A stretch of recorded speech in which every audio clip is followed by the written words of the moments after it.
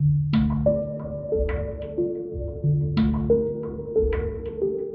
preparing this report on prevention of violent conflict. It's a report that is prepared jointly by the World Bank and the UN. It's actually the first time that there's a joint team working on the report.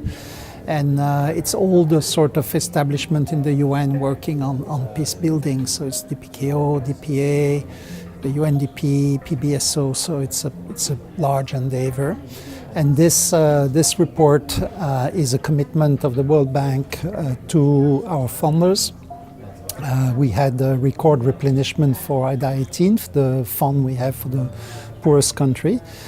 And conflict issues are one of the main aspects of this funding. And countries in conflict will receive now a substantive increase in the amount of funding. And for the UN, it's really the response to all those different reviews that they've had recently on peacebuilding operation, peace architecture, women and security, and different activities they're engaged in now. Climate change is one of the factors of stress in conflict today, and it has impact in very different manners in different places, as we know. Not all of them has as a consequence conflicts, but there are certain areas like the Sahelian region, Northern Africa, where there's a direct link between the intensification of conflicts in those areas and climate change, in particular because you have big, large movement of populations, and especially of herders that going into lands that are managed by agriculturists. So a large part of the Central African conflict, for example, is highly correlated with the increase in the impact of climate change. The report itself is going to look at a lot of success story, actually. A country that were at high risk of conflict 10, 15 years ago and has managed to avoid them.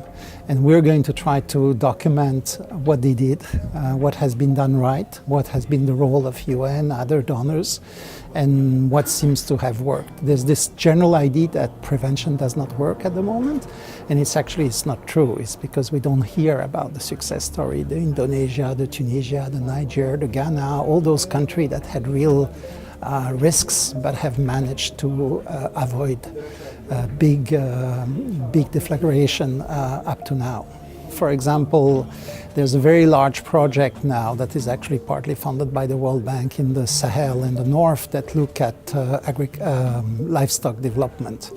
And there the adaptation, helping the herders to adapt themselves, continuing some of their transhumance traditional way of raising livestock, but managing much better than it was done before the relation with agriculturists, helping them to get into jobs that are compatible with also the activities of the population in the region where they are, helping them to move southern without having to sort of move in areas where agriculturalists are settled.